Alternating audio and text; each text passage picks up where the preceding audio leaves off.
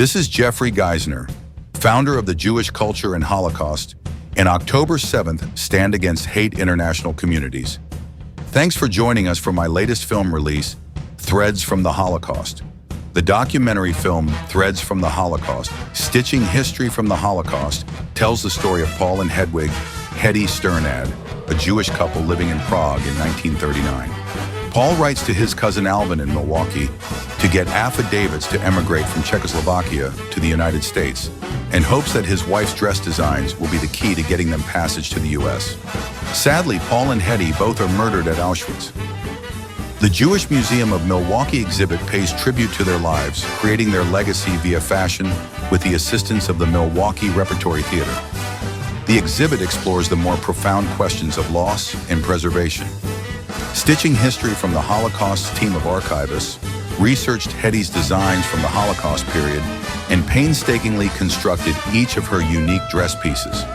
From the buttons, hand-covered, to the zippers, vintage, the pleats, sourced from New Jersey, and the patterns, silk-screened and hand-painted, each was created with meticulous detail to ensure that Hetty's vision was realized. December 11th, 1939.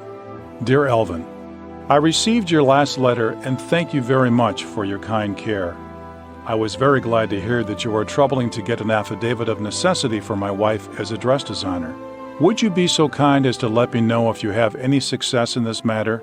You may imagine that we have a great interest of leaving Europe as soon as possible because there is no possibility of getting a position in this country. By separate mail, I have sent you some dress designs my wife made. I hope the dress manufacturer you mentioned in your letter will like them. Hoping to hear very soon from you, I remain with kind regards to you and your wife, and with the best wishes for the new year. Yours sincerely, Paul. The Holocaust happened to real people, and that the loss of talent becomes apparent when something is recreated or created from something that is lost.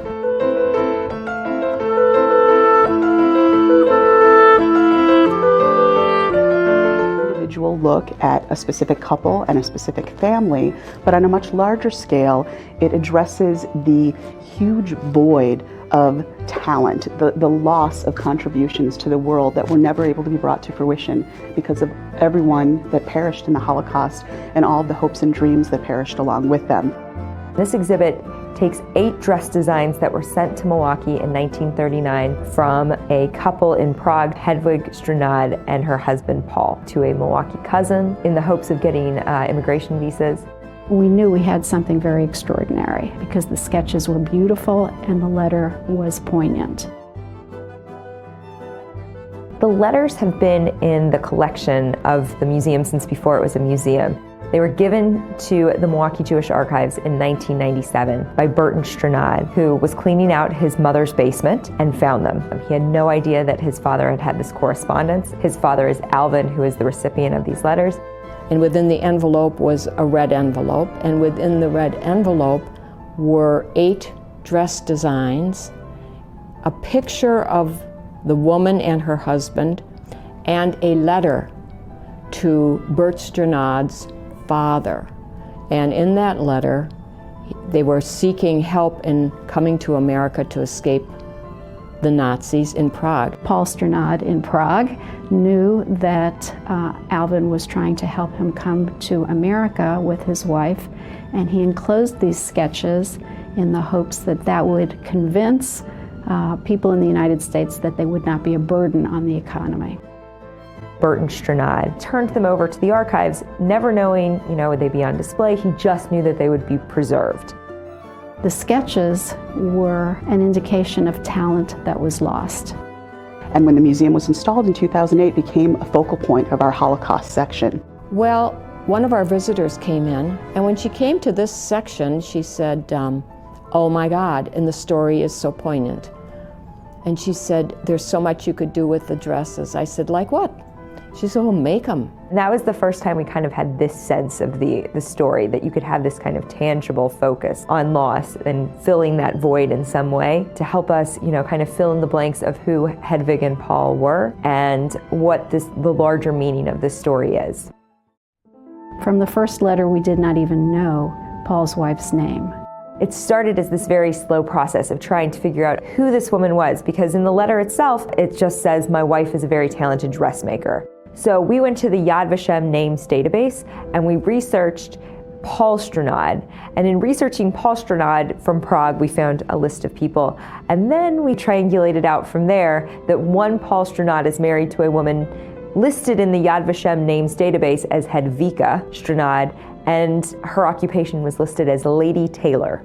And there is a niece who is listed at the bottom as the person who submitted this page of testimony. So we then kind of constitute our research efforts on finding the family through the names database, but also in looking for that niece who was living in the early 1990s when she submitted this page of testimony. Paul's nieces, Lieselot and Brigitte Neumann, his sister's 2 children, they went on the last Kindertransport that left Prague, and they are alive.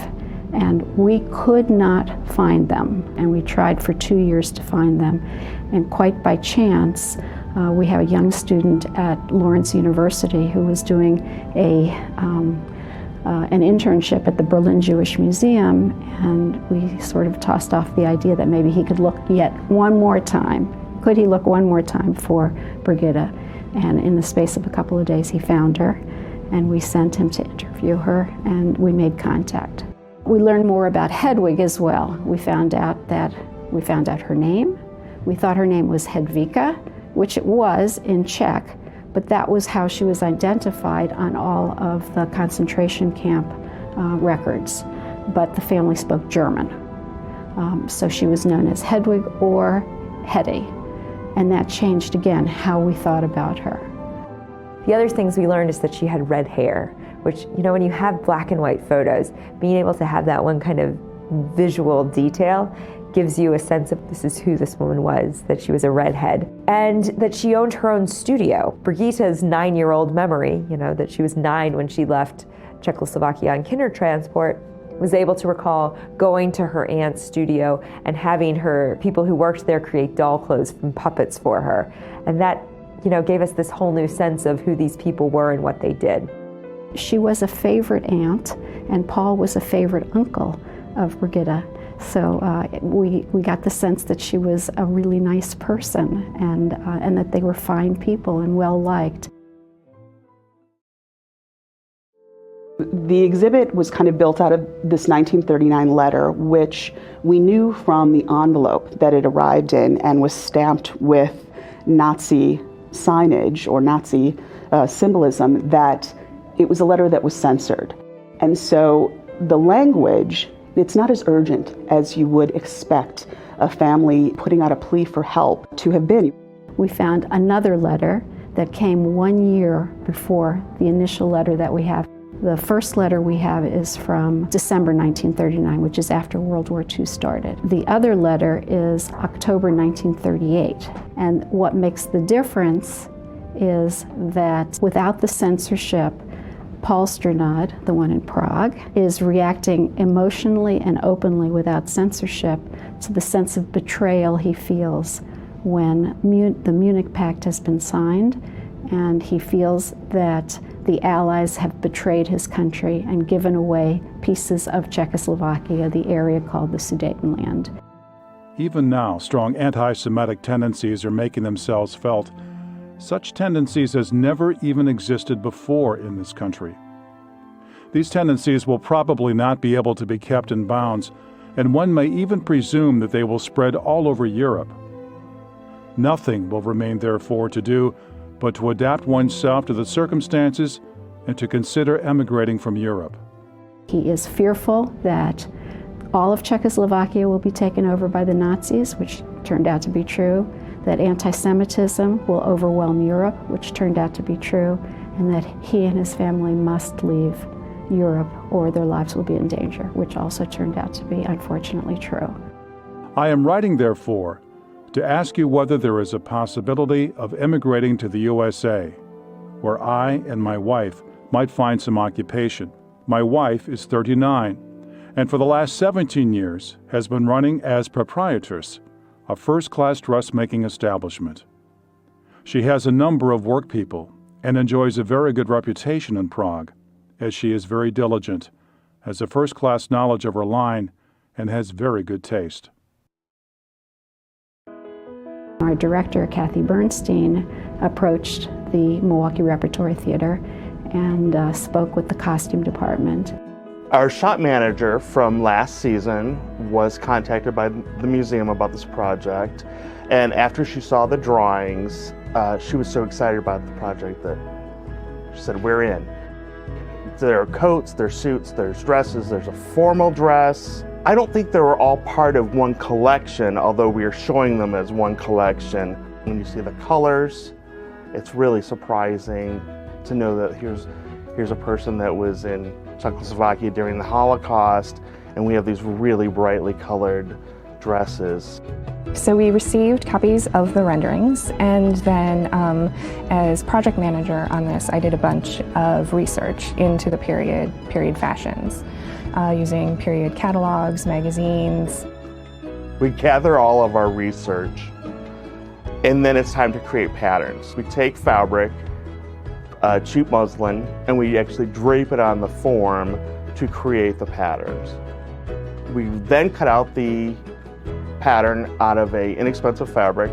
We make a mock-up of the fabric so that we can correct all the problems in the pattern without having to cut it into the real fabric. The draper hands off the patterns to us once they're ready, and we cut out the fabric, and then we hand off the fabric pieces, the garment pieces, to the stitchers to assemble them. The tailoring techniques we're using are old standard techniques that they would have used back in the 30s that actually we still use today. There was quite a bit of hand stitching, especially with the tailoring. The pad stitching and the bound buttonholes are all done by hand. All the dresses are made of natural fibers and fabrics that we would have found in the time period, in the 30s. The only synthetic that I can think that we're using is the thread that holds them together. But Jessica has tried very, very hard to be as faithful to the period as we can. We use things like fibers like wool, silk, rayon, and also weaves that would have been popular in the time period. We have a rayon gabardine, we have wool flannel, wool boucle, and plain woven rayon. 3 of the looks have printed fabrics in them, and we obviously couldn't source those exact prints, so we had to find somebody to create them. Margaret Hassett-Guy has recreated the prints that Hedvig drew in her drawings. What's really unique about these is you can see the direct correlation between the surrealist movement in art and the prints. And Margaret went beyond Hedvig's designs, and she did research on her own and researched textiles of the period and art of the period, and really brought an authenticity to it. We built these dresses to an average size, today's size 6, which back then would have been a size 16, which is the average size of a woman back then. What's really unique about her designs are the colors, the details, and the prints. They're not something you would find in a store at that time. In addition to the garments, the 8 garments, there were also accessories that were depicted in the fashion renderings. So we have hats, and there were some purses, we found gloves, and we also shopped shoes. We felt we would get beautiful renderings. What we hadn't understood was that this Milwaukee Repertory Theater costume shop went above and beyond what we thought. There is no place that was better outfitted than the Milwaukee Reps costume shop to do this. There are people who understand historical research with clothing.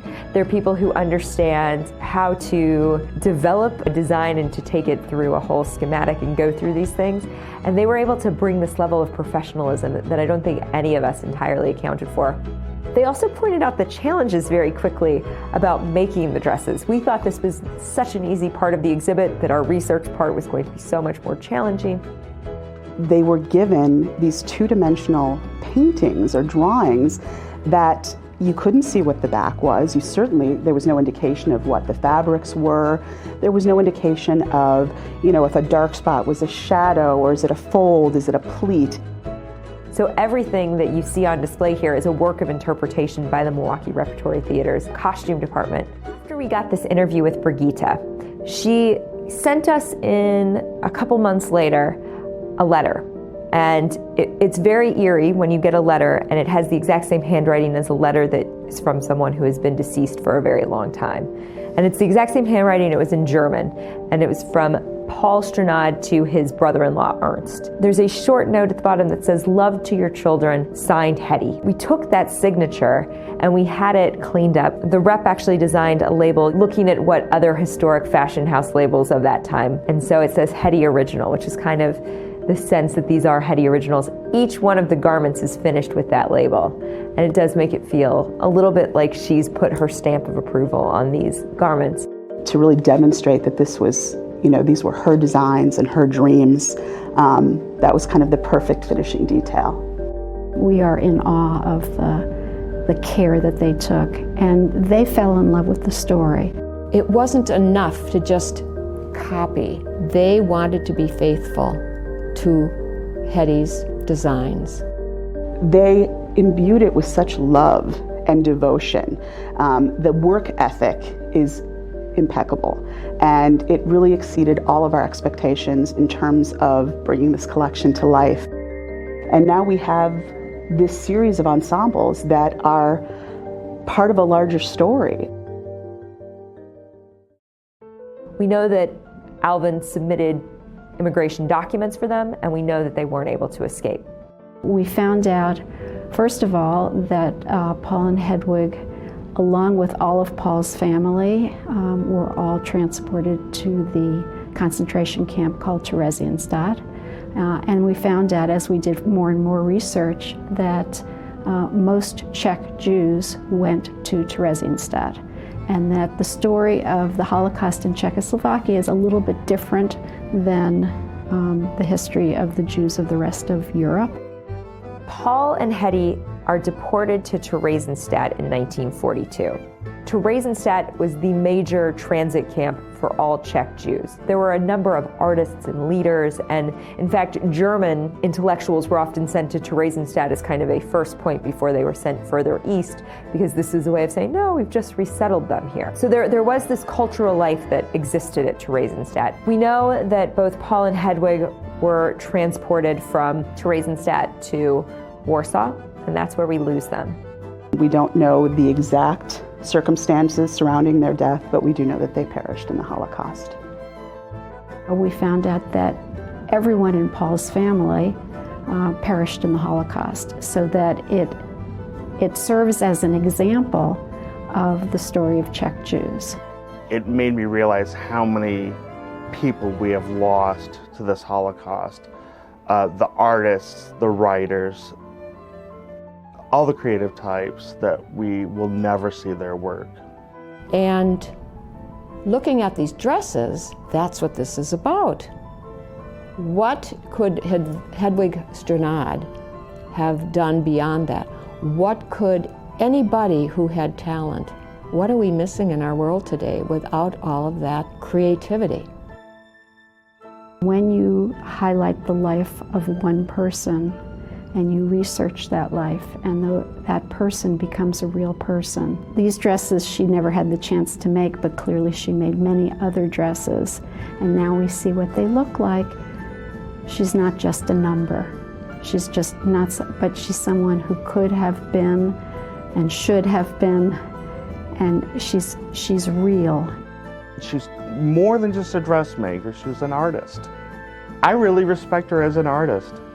She had a vision that was out of the ordinary, and I really would want to tell her that I really respect her work as an artist. To all of these decades later, to be able to kind of go back and create something that we know Hedwig and hopefully Paul would have been very proud of is such an honor and a privilege for us. I think she'd be excited and pleased that someone so many years later took the time to realize these designs. I think that the reason that it will be moving is because her dream is realized, because we were able to do something so unique. We've now taken HDEY's design and have made them three-dimensional. It's quite amazing the amount of detail that they were able to execute in doing this, and they are very much have a couture feeling. I would like to know that she'd be proud of us. I'd want to know that we did it right. If HDEY were alive, I hope she would like the craftsmanship of the dresses, but I also hope that she would appreciate the way that we're telling her story, that we didn't want this to be a fashion show. We wanted this to be a really loving tribute to who this person was. And so this is an exhibit that shows you the power of preservation. None of this would have been possible without that initial donation to this museum. And we were able to pull HDEY's story, HDEY and Paul's story, so beyond the 8 drawings with the letter, which is. As I speak about the story to people who are unrelated to Milwaukee, Jewish and non-Jewish, young and old, they are captivated by the story. All of us who have been involved with the project would hope that she would be really pleased and that she would be life and her dreams to try and bring some of it to life. So I hope that she would have been proud and that she would have given her blessing to us.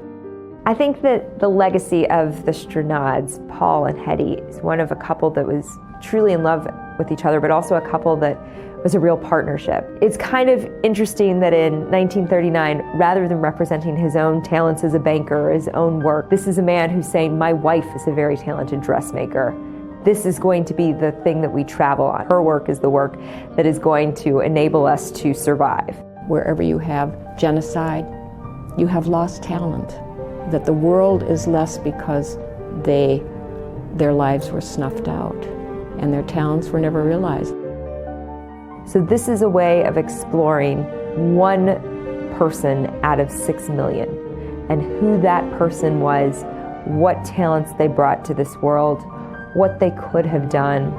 But hopefully people walk away and they will have been enriched by it, and hopefully it gives them pause to think about their family, their history. I have one job, making the best clothing in the world. Maximilian Grunfeld, when I was born, but I changed it to make it American because I love this country. My craft is very difficult to define because it's many things. I am a maker of clothing. I know how to measure. I know how to fit people. Very few people could match me. I was responsible for all the presidents. Clinton, I measured in the White House. Obama measured in the White House. So then I made them perfect suits. We never had to fix nothing.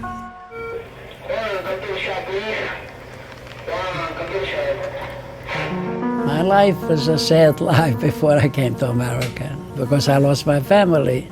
I was left alone. Everybody was dead. We were occupied. Auschwitz was a month later. I was in the concentration camp a year and 2 months.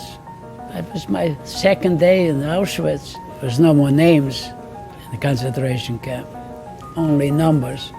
When they called me, they sent me to a tailor. The head tailor spoke my language. He was Jewish. They asked me, are you a tailor? No.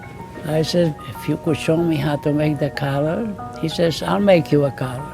Showed me how to make a collar. The pain is still in my heart about my family. I still dream about my family, like they're alive. But on the outside, you will never know. I didn't think I was going to survive. I was liberated by Eisenhower. General Eisenhower came in when I was 15 and a half years old. And when they walked in, I shook his hand, crying, you saved my life. I came to America September 18, 1947. They gave me the job as a tailor. I told my boss, listen, Eisenhower liberated me. I want you to make him a three-piece suit like I wear myself. He'll like it. Once he had the first three-piece suit, from then on you didn't see Eisenhower and nothing but three-piece suits. So that's how it started. I made sure we dressed all the presidents. With Obama, first he wanted me to copy a suit. I don't copy anybody. Everybody copies my suit. So if he wants me to make something, I have to measure.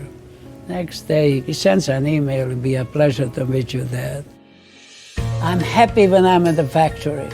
My job is the most important thing in my life. Quality is so important to me because I know that's what kept me in business. When you dress people like I do, I know everything about them. How often you wear the suit, whether you're cold or hot or you travel, it's going to wrinkle too much. All those things I know about you just by putting a tape measure on you. I'm a suit doctor, not a medical doctor.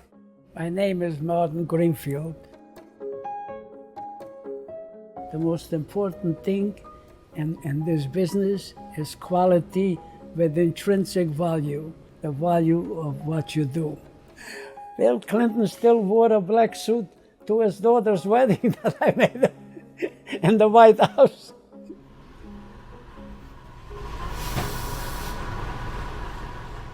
I was born in 1928 in Czechoslovakia.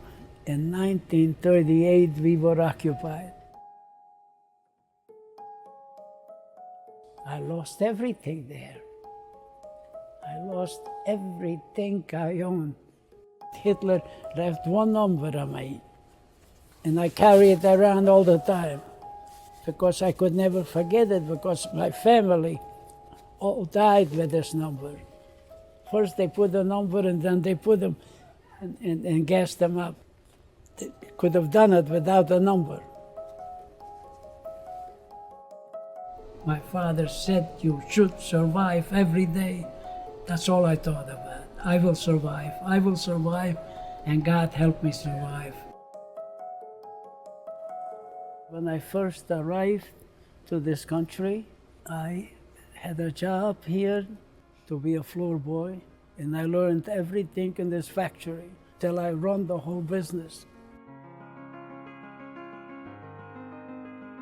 When you need people, hire talent. They're the best people. Without them, I'm nothing.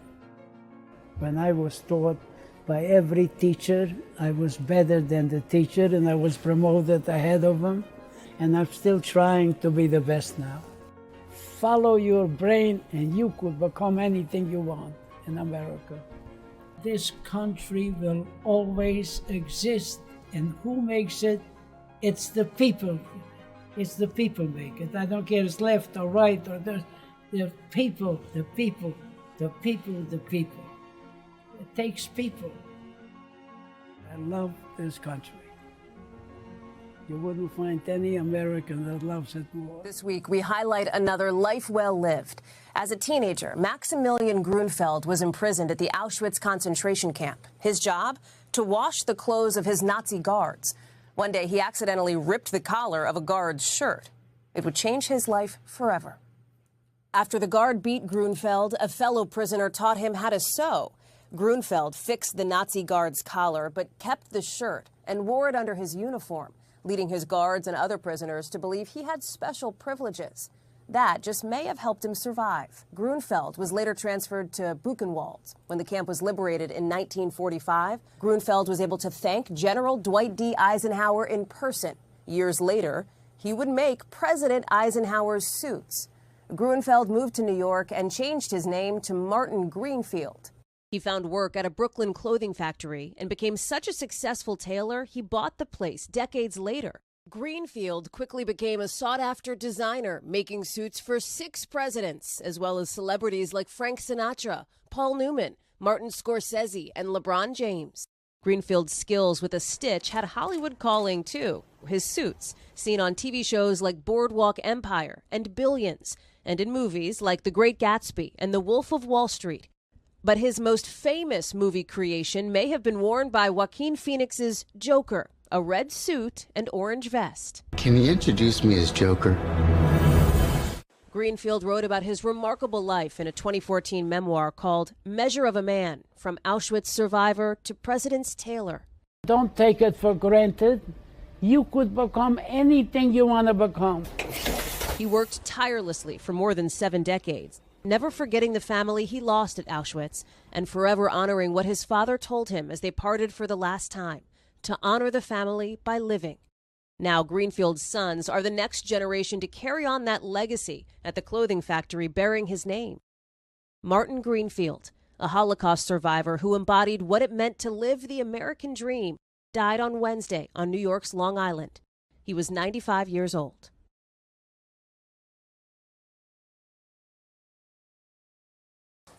Hey, thanks for watching. Don't miss the Today Show every weekday at 11 a.m. Eastern, 8 Pacific on our streaming channel, Today All Day.